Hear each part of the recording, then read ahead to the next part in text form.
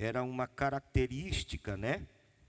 Jesus ensinar frequentemente por parábolas, que era uma ilustração da vida cotidiana, revelando verdades aos que estão com o coração disposto para ouvir. Depois de contar a parábola, Jesus disse: quem tem ouvidos para ouvir, que ouçam. Tamanha é a importância de nós estarmos atentos àquilo que Jesus está ensinando. Eu gosto muito das parábolas de Jesus. Elas nos ensinam. Jesus revela grandes verdades. Há princípios que são revelados nas parábolas e que nós precisamos atentar, pois elas são importantes para o nosso aprendizado e a nossa vida cotidiana.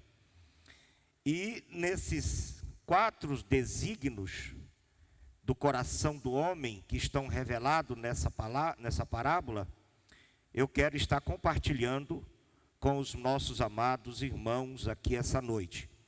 Amém? Primeiro desígnio é um coração incrédulo. No versículo de número 4, Jesus diz, aqui do texto que nós lemos, de Marcos capítulo 4, e o versículo de número 4. E aconteceu que, semeando ele, uma parte da semente caiu junto ao caminho, e vieram as aves do céu e a comeram. Eu estava um dia ouvindo um pregador a respeito da parábola do semeador. E ele disse que esse semeador aqui, ele era um trabalhador irresponsável. Ele usou essa expressão. Eu achei assim muito agressivo a forma com que ele coloca esse semeador aqui, em dizer que o semeador era muito irresponsável porque deixou da semente cair à beira do caminho. E isso era uma falha do semeador. Só que ele errou completamente. O que Jesus está ensinando aqui não tem a ver com um semeador displicente, alguém que está trabalhando de má vontade, que não está atento ao seu serviço. O fato do semeador semear e uma parte da semente cair à beira do caminho, Jesus está ensinando aqui uma verdade, que a oportunidade de salvação é para todo tipo de gente. É para a terra boa e é para a terra também que está à beira do caminho. Então, o que Jesus está dizendo aqui é que o semeador, aonde houver terra, seja a qualidade de terra que for, ele vai plantar a semente. É isso que Jesus está ensinando. Não que nós temos um trabalhador irresponsável, como foi o fato de eu ter ouvido daquele pregador. Então, ele vai dizer que tinha terra também à beira do caminho. E à beira do caminho caiu também a semente. E no primeiro desígnio, nós temos o que aqui? Nós temos a incredulidade de um coração que não consegue assimilar a verdade do Evangelho. A incredulidade, ela é um terreno que até nos permite ouvir, mas não nos deixa conseguir compreender. Uma coisa é você ouvir, outra coisa é você ter discernimento, é compreensão. Há pessoas que ouvem. As da beira do caminho são aquelas que ouvem, mas não compreendem. Elas ouvem, mas elas não têm fé o suficiente para deixar que a palavra de Deus gere salvação dentro dos seus corações, por causa das suas dúvidas e por causa das suas incredulidade. Quando Jesus vai explicar, porque são 2 evangelhos que narram a parábola do bom semeador, ou do semeador, é Marcos capítulo 4 e Lucas capítulo 8. Eu gosto da explicação de Jesus em Lucas. No capítulo 8 de Lucas e o verso de número 12, Jesus diz assim, quando os discípulos o interrogam a respeito daquela parábola, porque Jesus ministra e eles ouvem, mas quando chega em particular, eles questionam Jesus a respeito das parábolas. E Jesus diz que a eles é dado conhecer os mistérios do reino de Deus. Então Jesus, em particular, vai explicar para os seus discípulos sobre a parábola do semeador. E aí, em Lucas 8, verso 12, ele diz, os que estão junto do caminho, esses são os que ouvem. Depois vem o diabo e tira-lhes do coração a palavra, para que não se salve crendo. Então, aqui o problema desses que estão às margens do caminho, ou à beirada do caminho, são aqueles que ouvem, mas não crê, por não assimilar a verdade do Evangelho. Jesus explica que um coração incrédulo não consegue absolver a palavra, porque está com seu coração endurecido. Nós estamos hoje em um culto de ensino. Eu sou muito incisivo, tento ser muito objetivo e claro, quando estou ministrando em cultos de ensino, para que os irmãos entendam verdadeiramente. Então eu não transformo o culto de ensino, eu não tento transformá-lo em um culto evangelístico, né? Embora seja evangelístico, porque pregar o evangelho ensinando é evangelizar, mas num culto avivalístico, aonde eu queira ver a expressão emocional dos irmãos em ação. Eu tento de forma bem precisa tocar a consciência dos irmãos, para que os irmãos compreendam a palavra. Mas há pessoas que mesmo ouvindo, o coração está endurecido. Vai ouvir eu ministrar aqui por 1 hora, ou mais um pouquinho, vai embora, e a palavra não vai fazer efeito. Por quê? Porque não crê naquilo que está ouvindo. Porque tem uma opinião pessoal, né, exclusiva. Porque ele já tem a sua opinião formada.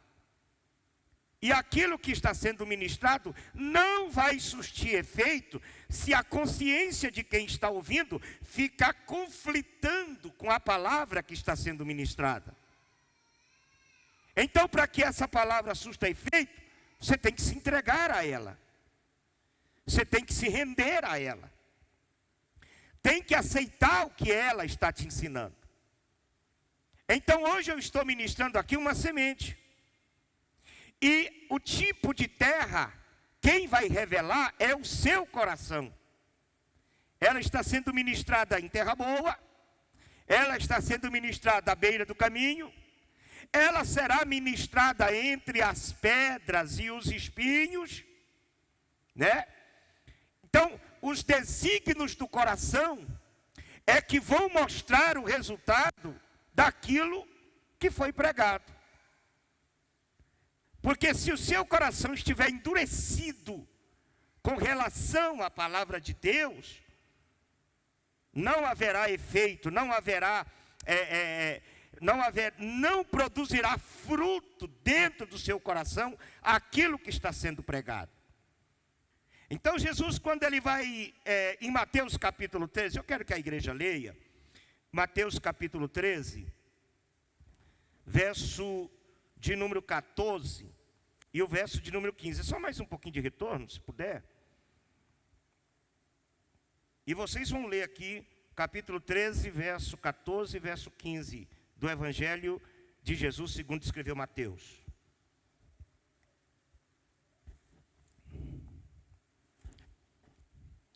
Os irmãos acharam aí? Está tudo certo?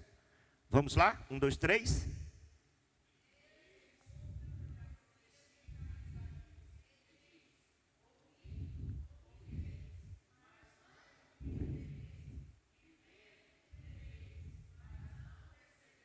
Verso 15.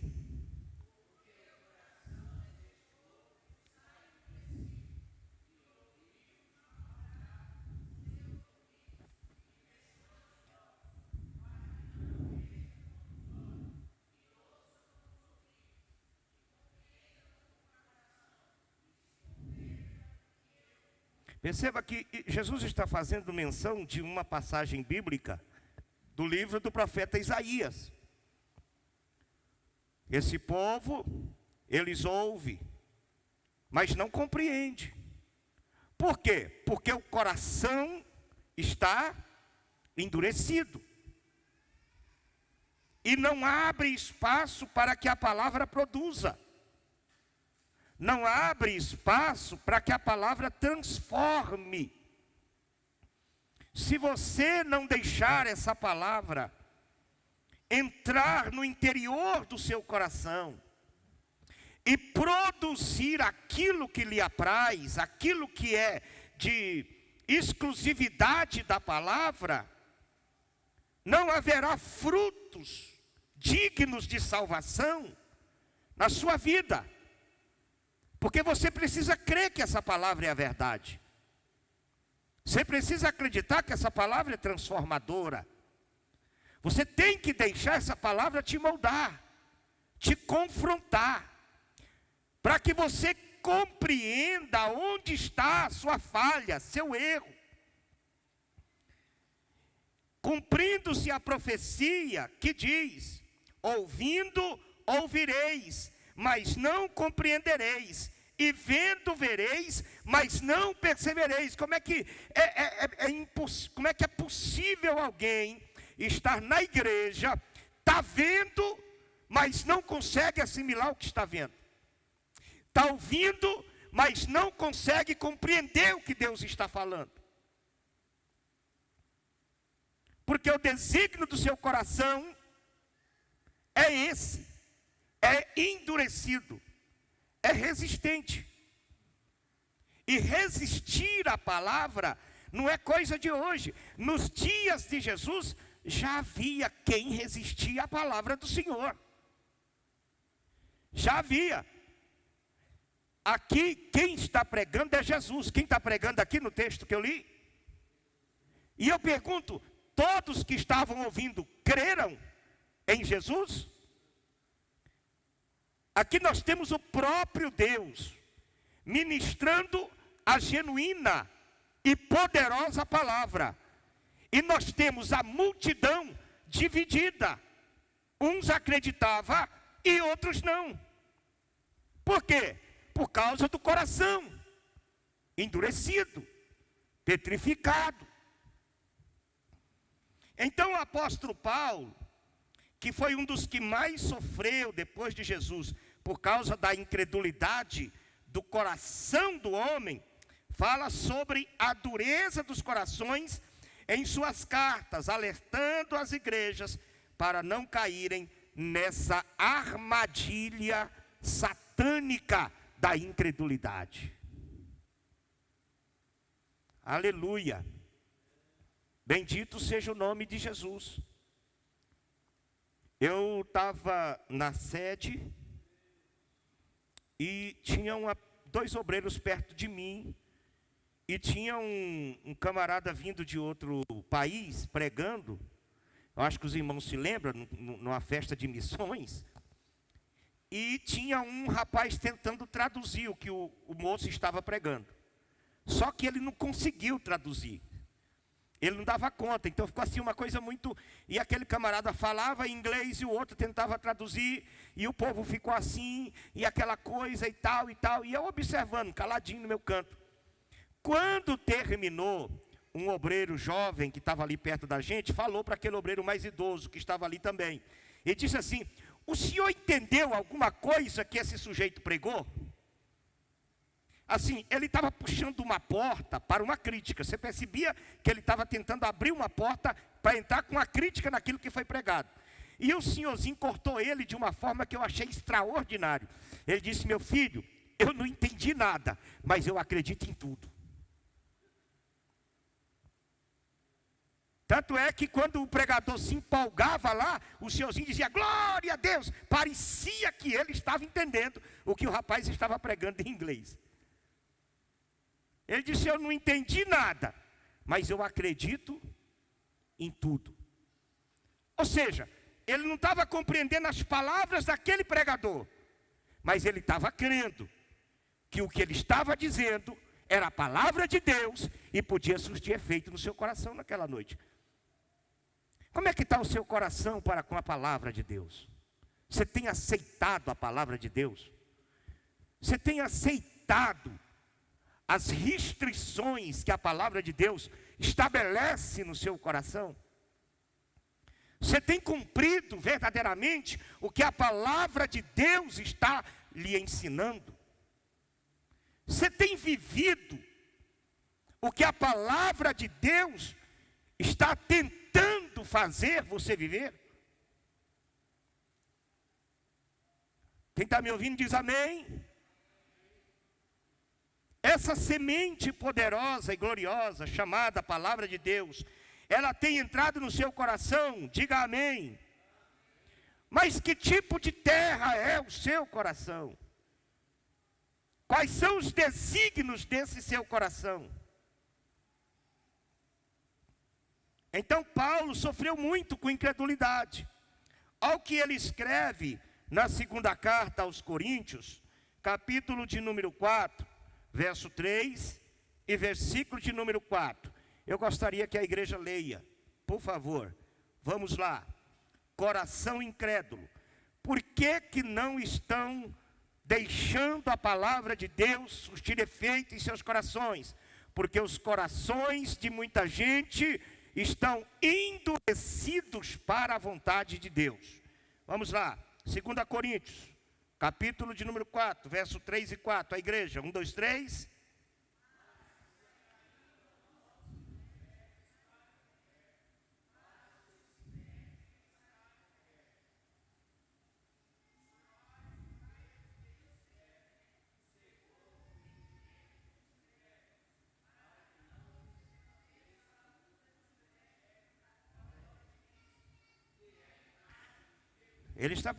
Paulo está se referindo a uma igreja que se diz portadora de todos os dons espirituais. Uma igreja em que o culto dessa igreja, tudo indica, que era recheado de revelação e de profecia. A igreja de Corinto. Mas Paulo diz, se o nosso evangelho está encoberto, para os que se perdem, está encoberto. Porque o Deus desse século cegou o entendimento dos incrédulos, para que não lhes resplandeça a luz do evangelho. Aqui não é só um culto de ensino, mas também é uma guerra espiritual. Enquanto eu ministro, Satanás de todas as formas quer roubar essa palavra que eu estou semeando hoje aqui no seu coração. Enquanto se é pregado, o diabo está fazendo de tudo para que o seu coração não absorva a verdade do evangelho. Aleluia, mas é para os que se perdem que o evangelho está encoberto. Mas para você que acredita na salvação, que recebe a palavra de Deus de boa fé, diga glória a Deus, porque para você há salvação de Deus para a sua vida. Porque essa palavra produz salvação. Essa palavra liberta. Essa palavra transforma. Essa palavra muda completamente a nossa vida. Bendito seja Deus. Mas existem os incrédulos, pessoas cujo coração estão endurecidos.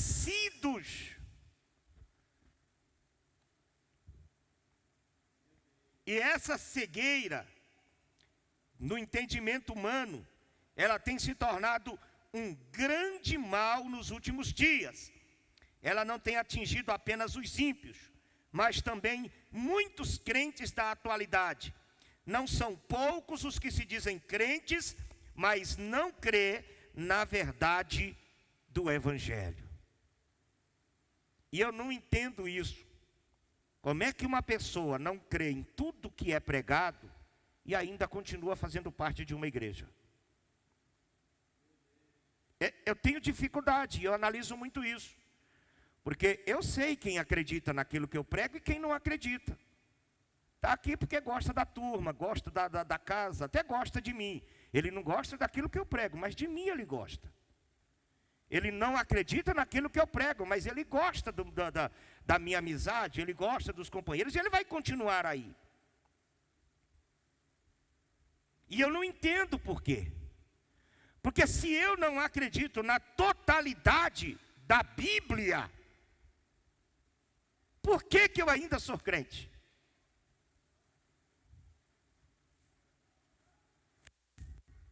Se para mim tudo que está escrito não é para os nossos dias, por que eu estou aqui afinal?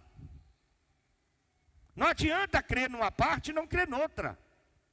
Não adianta crer num mandamento e não crer outro. Não adianta você pegar o Velho Testamento e acreditar que as promessas do Velho Testamento é para os nossos dias, mas os mandamentos não é para hoje. Porque quando se trata de promessa, do Antigo Testamento serve, mas quando se trata, irmãos, de restrição, não serve. Não, pastor, já vi gente dizer, isso aí era lá para aquele povo do Antigo Testamento. Então as promessas também do Antigo Testamento não servem para hoje.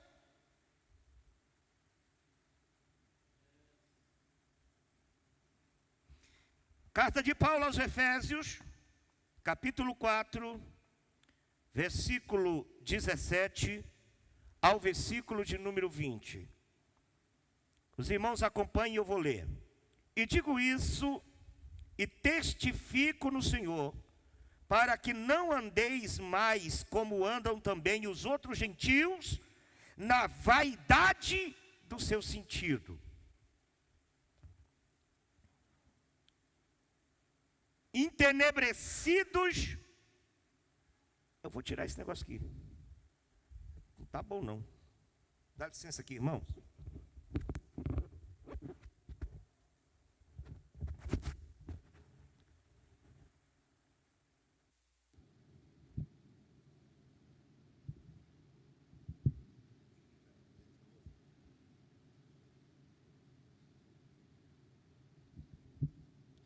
Efésios capítulo 4, verso 17 ao versículo de número 20.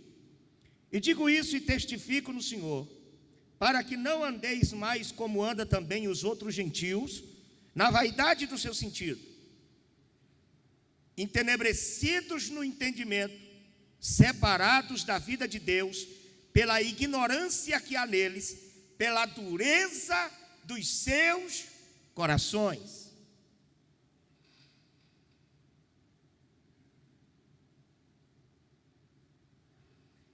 Os quais, havendo perdido todo sentimento, se entregaram à dissolução, para com avidez cometerem toda a impureza. Mas vós não aprendestes assim a Cristo.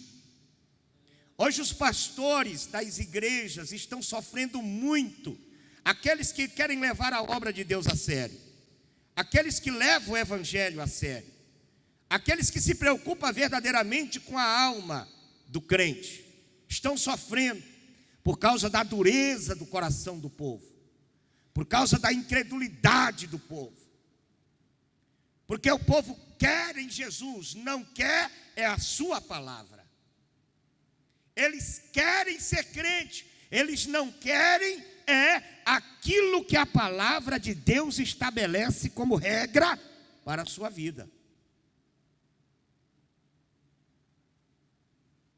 Estão entenebrecidos no entendimento,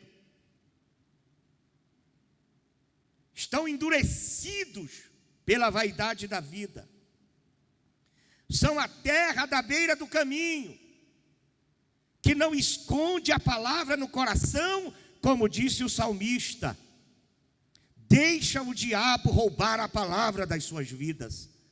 Pegue a palavra que está sendo pregada aqui essa noite, leve ela para o interior do seu coração e esconde ela no recôndito da sua alma. Ela será vida para a sua alma, ela será vida para os seus ossos. É tempo de guardarmos a palavra de Deus em nossos corações.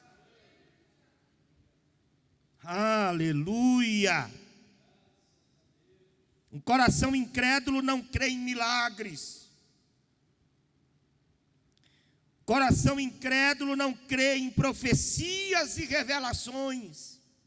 E até abro aspas, crê se a profecia for beneficente no sentido de conquistas na minha vida. Se for uma profecia de repreensão, ele diz que foi da carne.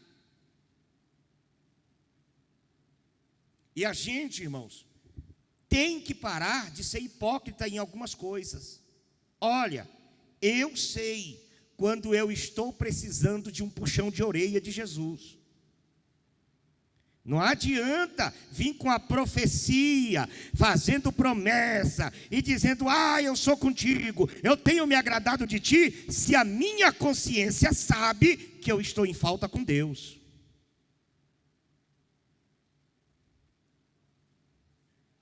Eu já recebi profecia que a pessoa fez tanta promessa e me colocou lá em cima, e eu estava aqui dentro do meu coração, de cabeça baixa, dizendo, não é de Deus, porque eu estou precisando hoje de uma surra.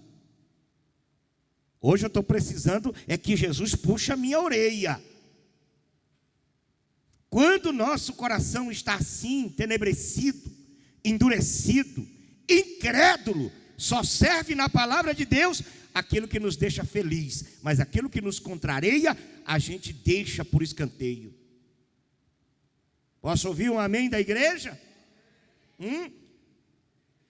Não crê que é necessário haver renúncia na vida, e nem mesmo santidade para chegar ao céu. Não crê que a vida de um crente é direcionada pelo Espírito Santo. Enfim, um crente incrédulo vive conforme o fatalismo humano e não segundo a fé. E a Bíblia diz lá em Hebreus capítulo 11, versículo 6, que sem fé é impossível agradar a Deus.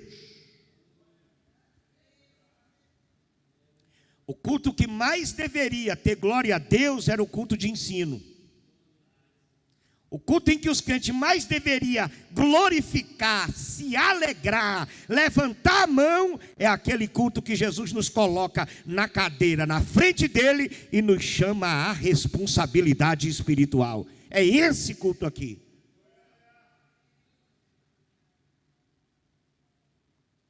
Em que Jesus trata conosco de perto.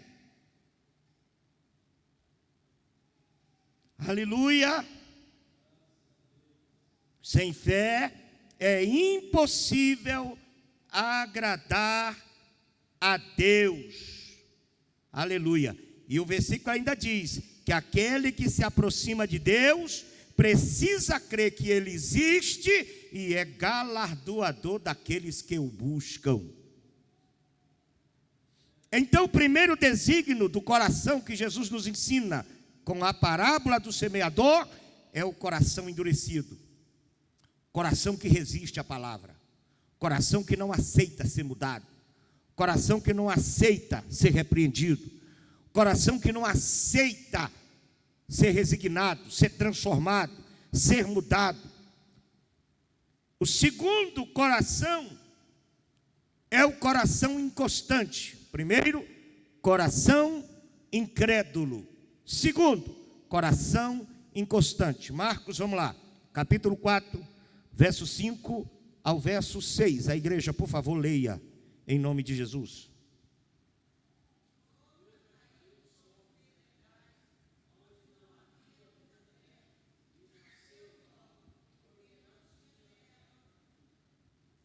Verso 6.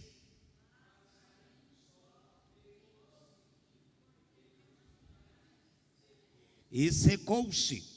Aqui Jesus está falando do desígnio de um coração inconstante.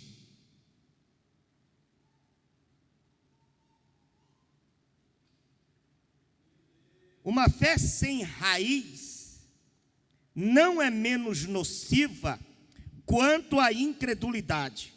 Até porque a fé só pode ser confirmada se tiver constância. Se não houver constância, não há confirmação na fé. E a Bíblia fala de confirmação da fé. Paulo escreveu e disse: confirmados na fé.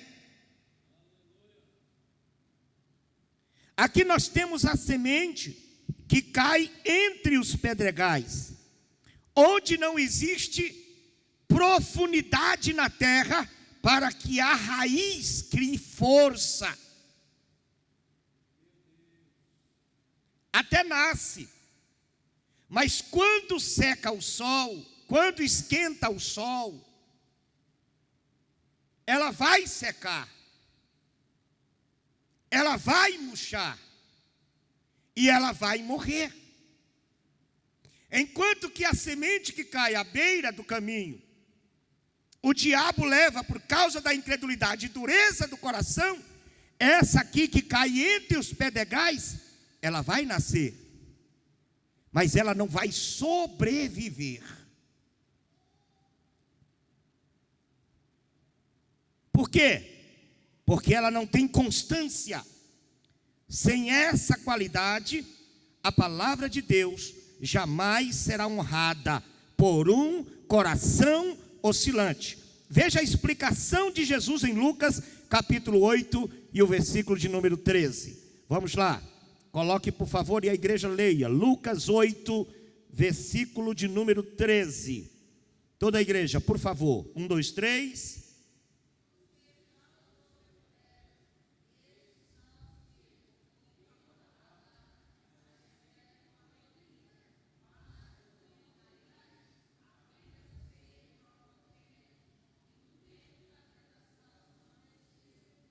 Quantas vezes eu não vi isso na igreja? A pessoa vem, aceita Jesus e sai alegre, aleluia, e junta com os outros irmãos e vira aquela coisa maravilhosa. Dali a pouco a pessoa some. Cadê o fulano? Cadê o ciclano? Ih, pastor, desviou, voltou para a vida velha, está lá na vida dissolúvel novamente. E o que aconteceu, gente? No dia da provação, no dia da tentação, não tinha raiz profunda, não tinha estrutura, e caiu, naufragou na fé. Por quê? Porque não teve como a palavra se fortificar dentro do seu coração. Louvado seja o nome de Jesus. Por causa da tentação caiu.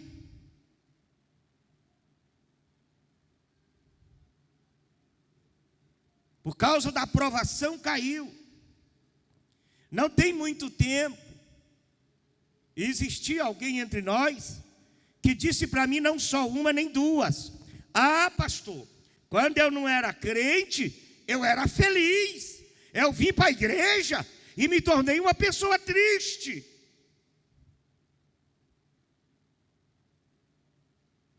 Não, pastor, eu aceitei Jesus pensando que os meus problemas iam desaparecer. E depois que eu aceitei Jesus, parece que os meus problemas dobraram. Parece que era mais fácil quando eu não era crente.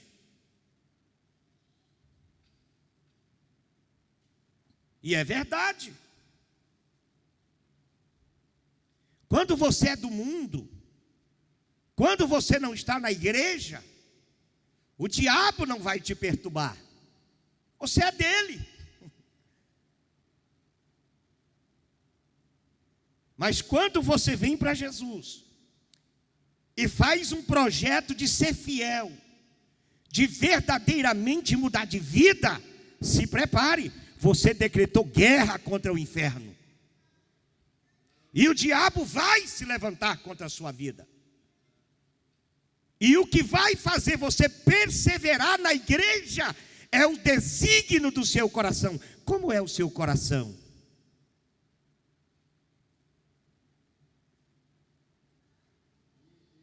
O coração oscilante é aquele coração que a palavra de Deus não entra profundo, fica superficial. Ele vai vivendo uma superficialidade.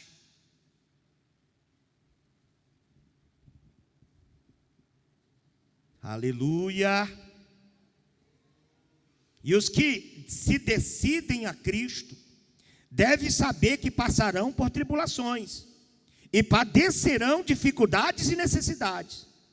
Muitos pensam que aceitar Jesus estarão isento das lutas, e isto, irmão, é um engano. Paulo fala dessa realidade bem clara quando ele diz a Timóteo, no capítulo 3 e versículo 12, ele diz: olha, aqueles que querem viver piamente em Cristo Jesus padecerão tribulações. Jesus chamou os discípulos e disse: no mundo tereis aflições.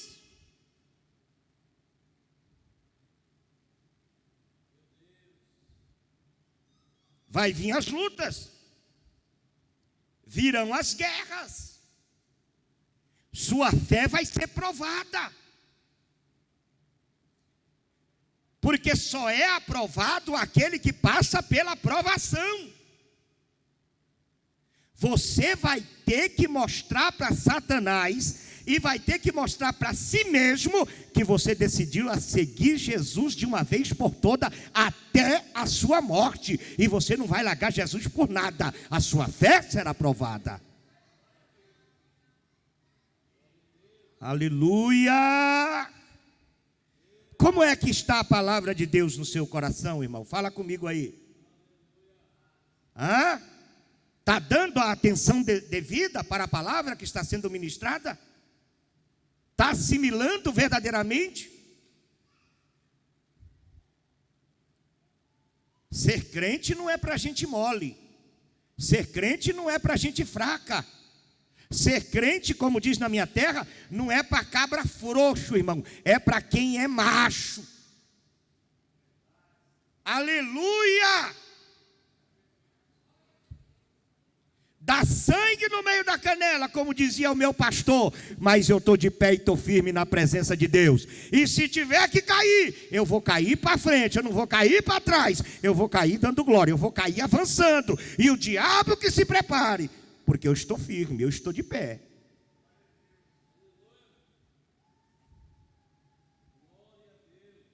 Aleluia! Não seja oscilante, seja perseverante.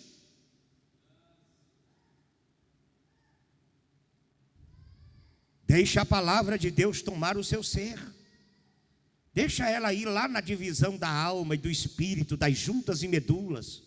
Deixa ela discernir as intenções e os pensamentos do seu coração. Aceite ela na sua totalidade. E siga firme.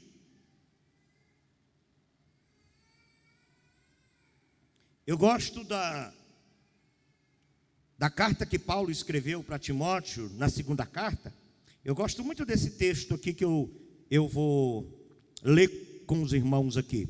2 Timóteo capítulo 1, versículo 3 ao versículo de número 8.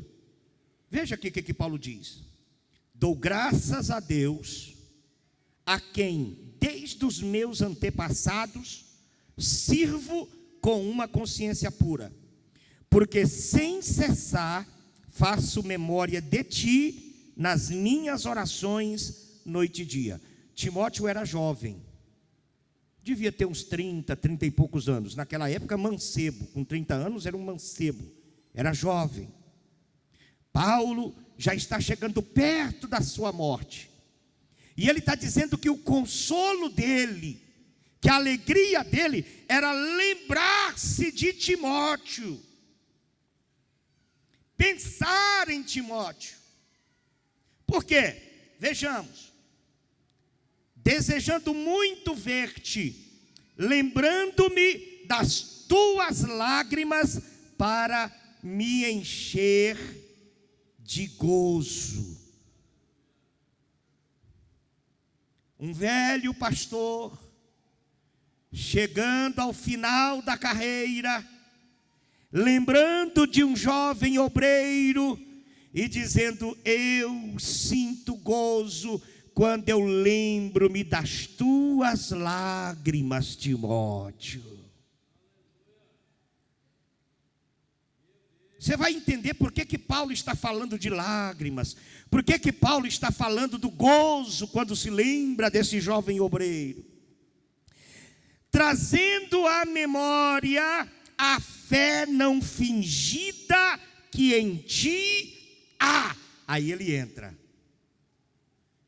Porque Timóteo, eu vejo que a fé que você tem é verdadeira, não é fingida. Muitos têm uma fé fingida, estão mentindo para si mesmo na igreja, estão se enganando a si mesmo na igreja. Vem para a igreja não para adorar, para ficar batendo papo, conversa o culto inteiro. Nem sabe o que está sendo pregado ou ensinado. Nem se concentra para sentir a presença de Deus. É uma fé oscilante, é uma fé fraca. Paulo está dizendo: mas tu, Timóteo, eu tenho gozo de lembrar-me da tua fé, que não é fingida.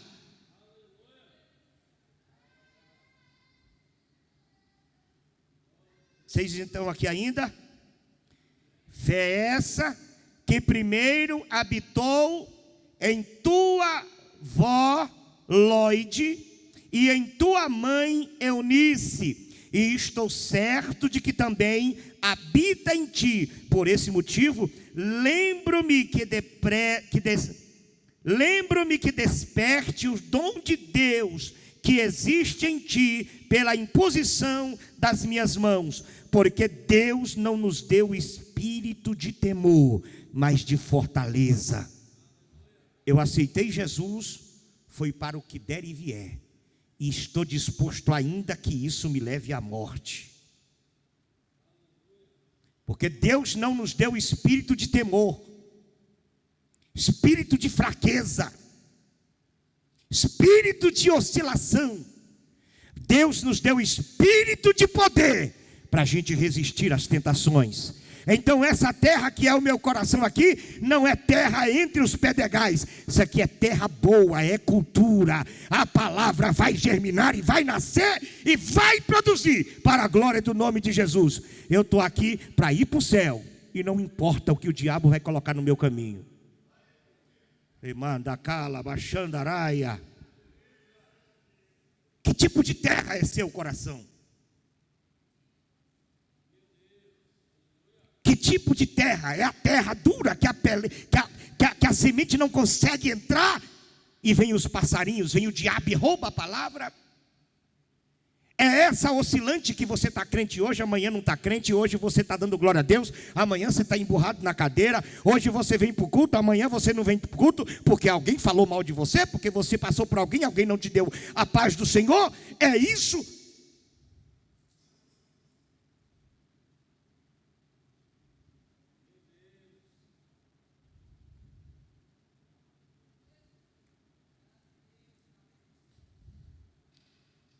Aleluia.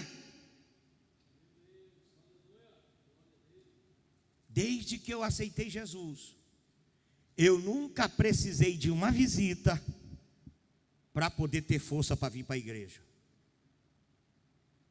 Mas eu já fui em muitas casas fazer uma visita, porque se eu não tivesse ido, a pessoa tinha se desviado. É bom uma visita, sim ou não? Mas eu não preciso que alguém vá na minha casa para me continuar a ser crente. Eu quero que você vá na minha casa para orar comigo, para me ajudar numa luta, para me ajudar numa dificuldade. Mas não porque eu estou me desviando. Porque eu conheço Jesus. Eu sei quem Ele é. Eu sei o que Ele vai fazer. Eu sei para onde eu vou. Eu conheço o céu que eu vou morar. Então, irmãos, esse coração não oscila jamais com relação a Jesus, não.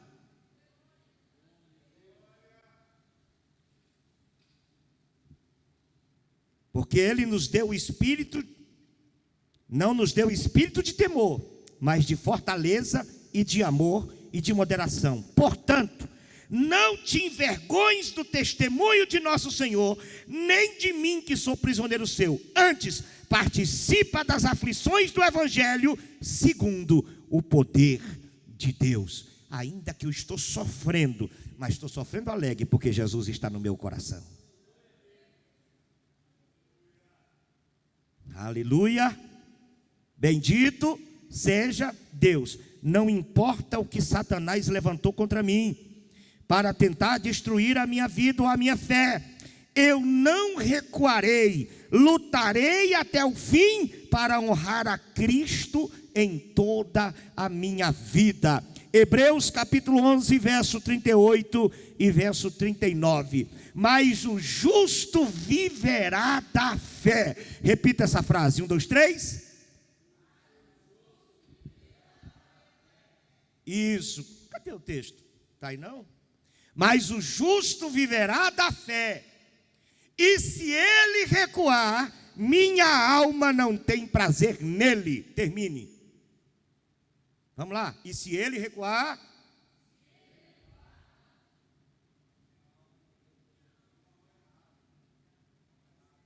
Hebreus 11, 38. Falei? Ah? Então é o 30? Coloca aí. Vamos lá.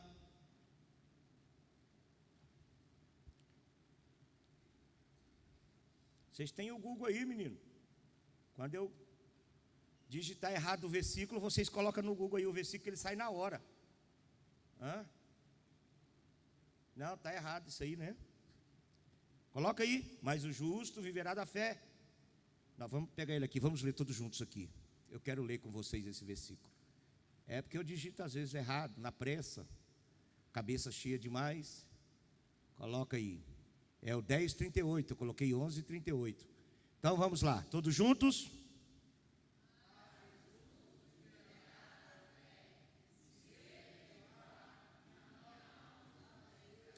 Jesus não tem prazer em crente que recua, que oscila, que desvia. Jesus te amou e provou indo até o fim, independente da dor que ele sentiu na cruz, independente da humilhação que ele passou. Jesus perseverou e foi até o fim por causa de você. O que Jesus espera de nós é que nós perseveremos e vamos até o fim por causa dele. Versículo de número 39, todos juntos, vamos lá. Nós, porém, não somos daqueles que se retiram para a perdição, mas daqueles que creem para a conservação da alma. Coração oscilante. Terceiro desígnio, Marcos capítulo 4, versículo 7. Vocês estão compreendendo a palavra aí? Amém? Marcos capítulo 4, versículo de número 7. A igreja, por favor, vamos lá? 1, 2, 3.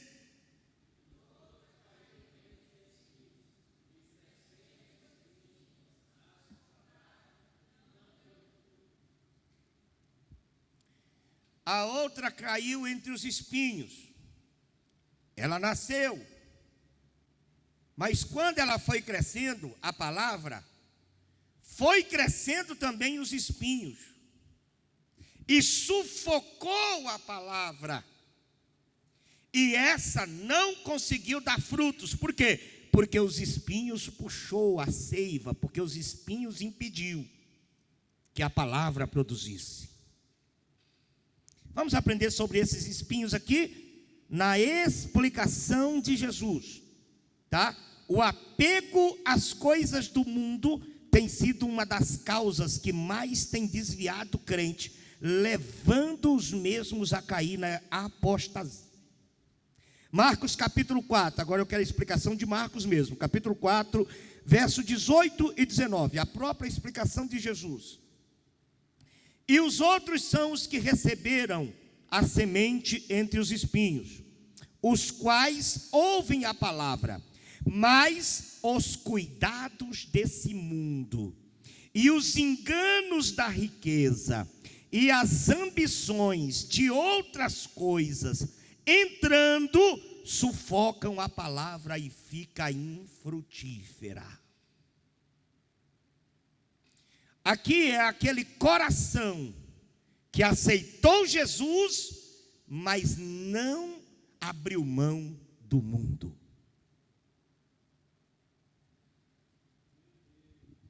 Aceitou Jesus, está na igreja, mas não quer ser transformado.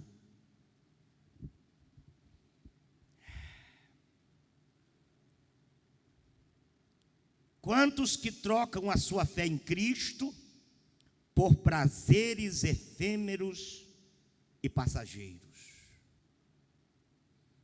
Não conseguem se desapegar das vaidades produzidas por costumes mundanos. Não abrem mão do materialismo e da falsa aparência. Até querem ser noiva de Cristo, mas não conseguem deixar de ser amantes do mundo.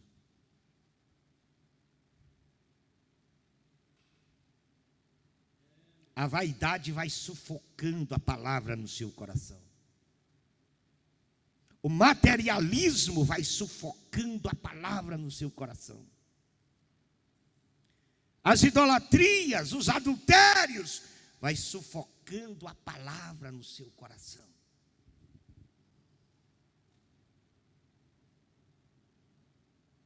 E com isso não produz fruto. Por que vocês acham que tem um monte de crente na igreja que não consegue ser batizado com o Espírito Santo? Irmão, Jesus pode abrir o céu, descer pessoalmente, trazer uma comitiva de anjo, e ele não vai dar conta. Por quê, pastor? O coração dele está dividido. Metade do coração dele é de Jesus, a outra metade é das vaidades mundanas. Por que vocês acham que nós estamos vendo essa frieza espiritual na igreja? Esse descaso com a obra de Deus.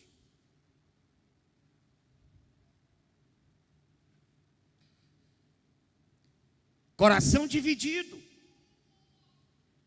Está cheio de espinhos mundanos, cheio de erva daninha no seu coração. Como a palavra de Deus vai produzir num coração dividido?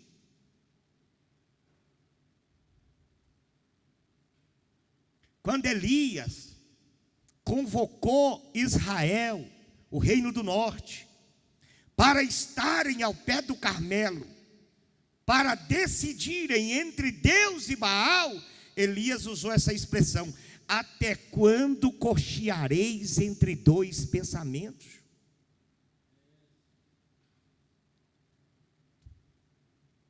Em tudo quanto é casa, tinha um altar para Deus e tinha um altar para Baal.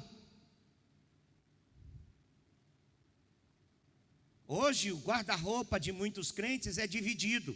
Roupa da igreja, roupa não da igreja. Essa é a roupa que eu vou para a igreja, essa aqui é a roupa que eu vou para o shopping. Eu estou falando bobagem? Hã? Eu só preciso honrar a Deus aqui, dentro dessa casa. Então aqui eu venho bem vestido, eu venho arrumadinho, eu tiro as maquiagens, eu tiro as coisas, tudo. Aquilo que eu sei que desagrada a Deus eu arranco. Mas quando eu chego em casa, eu pego a roupa velha, a capa velha, as maquiagens velhas, os apetrechos velhos e me torno um mundano lá fora. De sorte que a maioria dos crentes tem duas identidades.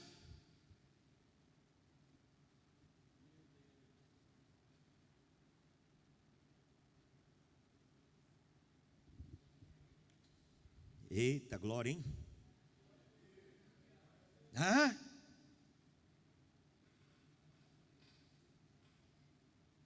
Bendito seja Jesus, irmãos.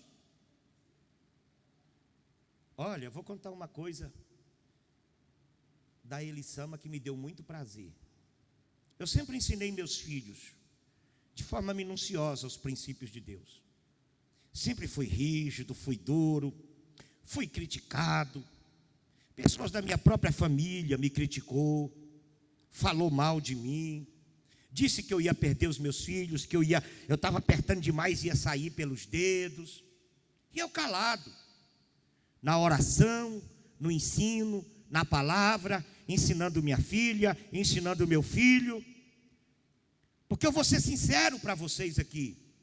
Não adianta nada eu ganhar 50, 100, 300 crentes para Jesus e perder os meus filhos, perder minha casa. Para mim seria a pior das dores. Eu sempre tive isso comigo. E a Elisama, assim que ela pegou idade, ela estava espalhando o currículo para trabalhar. E aí um dia a gente estava lá em casa, na hora do almoço. Escute isso aqui. E o telefone da Elisama tocou. Ela já estava com 18 anos, para 19, eu não me lembro. E o telefone dela tocou. Era uma irmã que trabalhava no Detran de Goiânia. E ficou de conseguir para ela uma vaga para ela trabalhar no Detran. E o salário era bom. E ali sentada à beira da mesa, a irmã ligou e a Elisama atendeu. E eu fiquei só escutando ela conversar. Sim, irmã. Oh, que bênção, irmã. Aleluia, graças a Deus, irmã. E que dia que eu posso começar? E pá. Aí de repente o semblante da Elisama mudou. Aí ela disse assim: não vai dar para mim. Não, irmã, não vai dar para mim. Desse jeito para mim não dá. Não. Eu prefiro perder um salário do que perder Jesus. E desligou. Eu não disse nada, eu não falei nada, ela está aí. Quando terminou, eu disse: o que foi, filha? Ela disse: pai, a fulana conseguiu para mim um emprego lá no Detran e tal, assim, para mim começar, não sei que dia, papapá. Só que não vai dar para mim não. Por quê? É porque lá só aceita trabalhar de calça. E eu não vou negar o que eu tenho vivido a vida inteira por causa de um salário. O meu Jesus vai preparar algo para mim melhor. E preparou mesmo. Aquilo me deu um orgulho e uma alegria, que depois eu saí para o quarto e fui chorar e agradeci a Deus e disse: Senhor, valeu a pena ser duro e ser rígido. Talvez para alguém isso é insignificante, mas para Jesus só serve quando o nosso coração é completamente dele, exclusivamente dele. Quando você renuncia a tudo por causa de Jesus, o melhor do céu Jesus manda para a sua vida. Eu sou testemunha dessa verdade.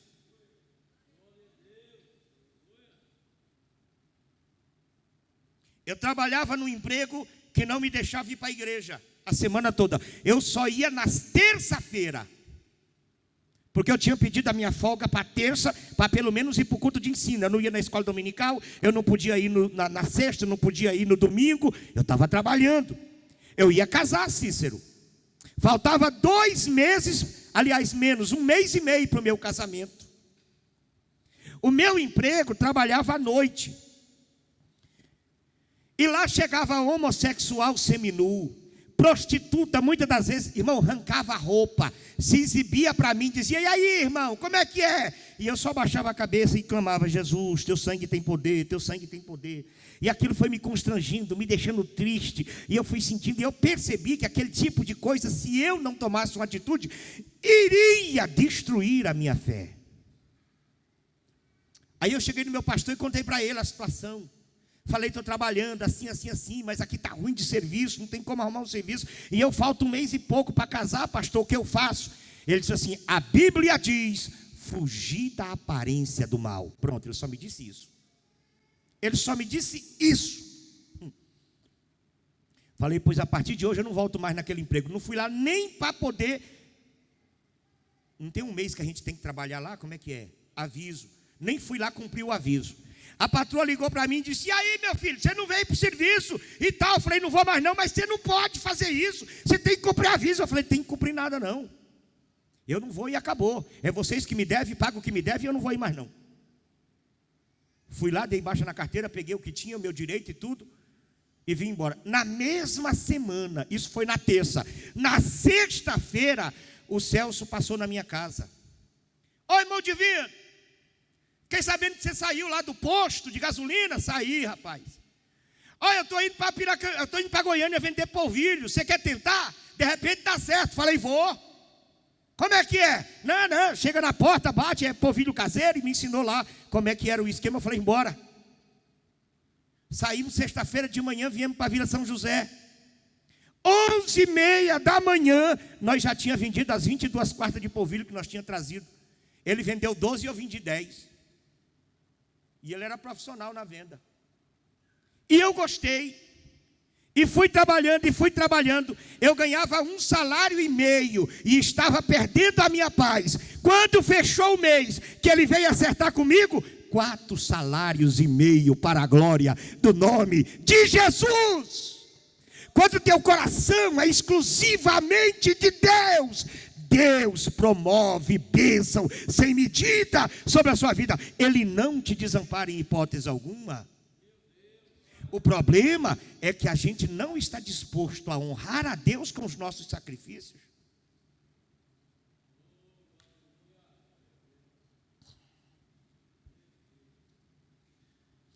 E a Bíblia diz em 1 João capítulo 2, verso 15 e 17. Guarde esse versículo: não ameis o mundo, nem o que no mundo há, porque aquele que ama o mundo, o amor do Pai não está nele.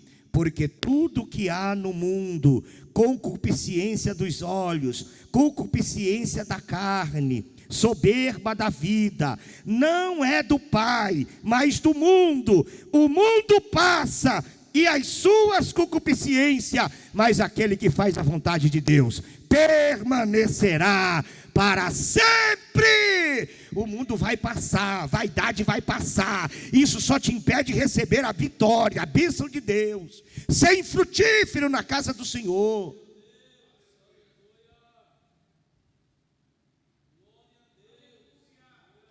Eu quero ser batizado com o Espírito Santo, eu quero ser cheio do Espírito Santo, eu quero dons espirituais, mas vive vendo coisa errada na internet, vive assistindo pornografia, todo tipo de imundícia você traz para dentro do seu coração. Tem um monte de espinho e de erva daninha dentro do teu coração. A palavra de Deus não subsiste num coração sujo, irmãos.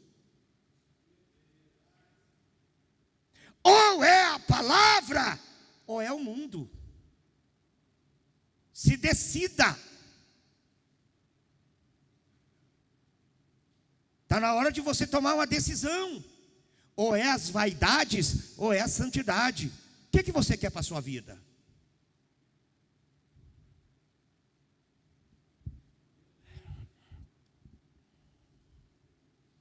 Na busca desenfreada pela beleza, riqueza, pisam na palavra de Deus, cospe nos princípios divinos. Querem tanto as conquistas terrenas que não se importam em perder o mais importante da vida, que é a salvação. Tão amigo do mundo que nem percebe que estão se tornando inimigo de Deus. Quer um versículo forte? Eu quero que vocês leiam Tiago capítulo de número 4, verso 4 e versículo 5. Leia para mim, por favor. E eu já estou encerrando aqui, porque já deu 9 horas. A igreja, todos juntos, 1, 2, 3. Não, toda a igreja, eu quero que toda a igreja. 1, 2, 3. Agora para aqui. Quando a Bíblia diz assim, adúlteros e adúlteras, isso aqui não está completamente ligado somente, irmão, à vida sexual ilícita. Hã? Viu? Não está apenas ligado à infidelidade conjugal. Quando você não cumpre a palavra, distorce a palavra, ou não honra a Cristo, você é adúltero. Vamos lá de novo, 1, 2, 3. Vai.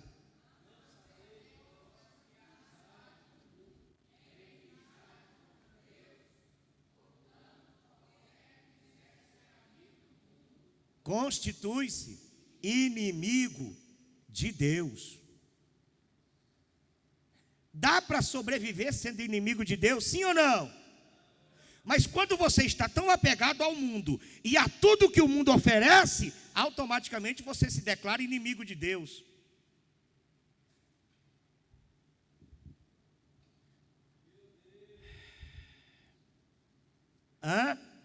Agora leia o versículo de número 5.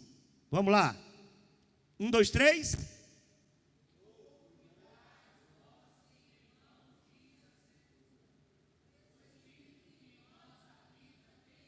Alguém um dia quis tentar traduzir esse versículo dizendo assim, irmão, que é ciúme, é coisa maligna. Aqui, essa expressão ciúme é a única palavra que o escritor achou para falar do zelo e da exclusividade que o Espírito quer conosco.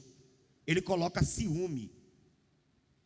O Espírito Santo tem ciúme de você, do seu coração. O Espírito Santo não quer te dividir com nada desse mundo, nada. O Espírito Santo quer você exclusivamente para Ele.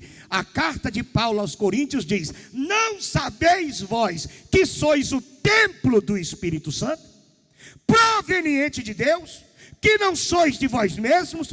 Glorifique a Deus no vosso corpo e no vosso espírito, os quais pertencem a Deus.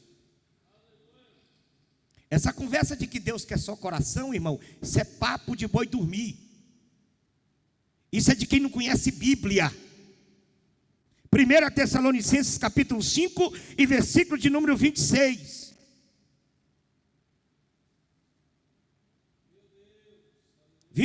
Perdão, agora foi erro meu mesmo. Foi digitado não, 23. Vamos lá, todos juntos.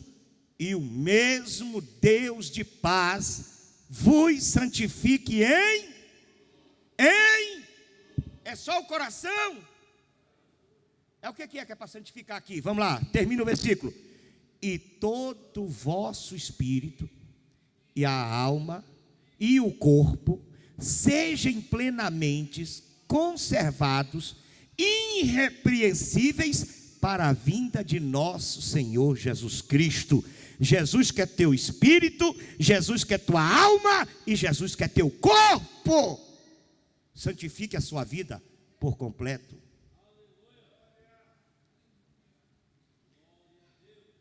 Irmãos, eu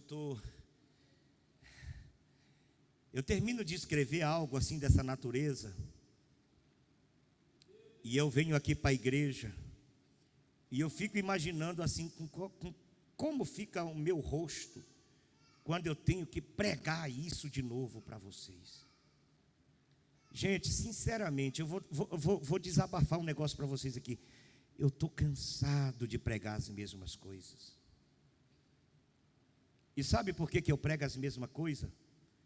Porque o coração de muita gente é endurecido e não muda nunca. Não transforma nunca. Entra aqui, sai aqui, vai embora e vive do mesmo jeito. Sabe, eu estou cansado de insistir com as mesmas coisas, gente. Isso está me matando, isso me machuca. Eu estou vendo o abismo que muita gente está caindo. E a única coisa que eu tenho como arma é a minha voz.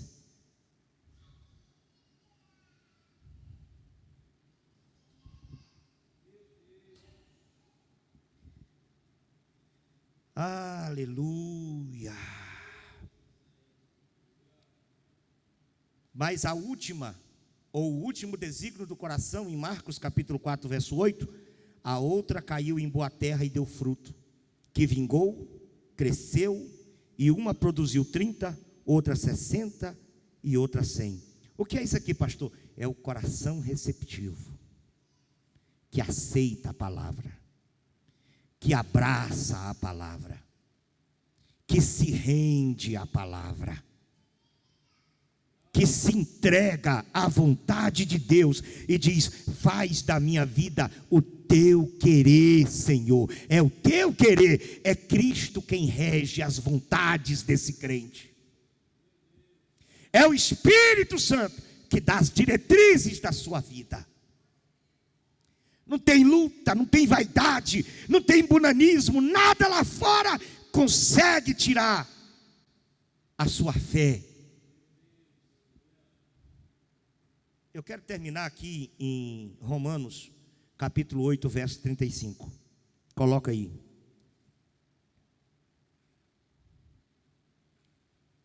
Eu vou ler um e os irmãos leiam o próximo. Nós vamos até o verso 39. Observe essa leitura. Quem nos separará do amor de Cristo? A tribulação, a angústia, ou a perseguição, ou a fome, ou a nudez, ou o perigo, ou a espada. Versículo próximo, leiam.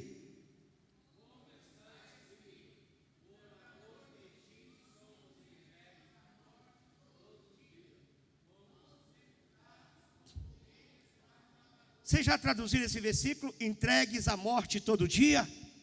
Significa que por amor de Jesus, todo dia eu mato um pouco de mim. Todo dia eu mato as minhas vaidades. Todo dia eu mato os meus desígnios, meus pensamentos, minhas vontades. Eu vou desaparecendo e Cristo vai aparecendo cada dia mais na minha vida. Isso é difícil de entender e dá glória a Deus mesmo, irmão. Mas seria bom que a gente morresse de verdade e Cristo resplandecesse em cada coração aqui essa noite. Versículo 37. Mas em todas essas coisas somos mais do que vencedores por aquele que nos amou. Versículo de número 38. Todos? 1, 2, 3.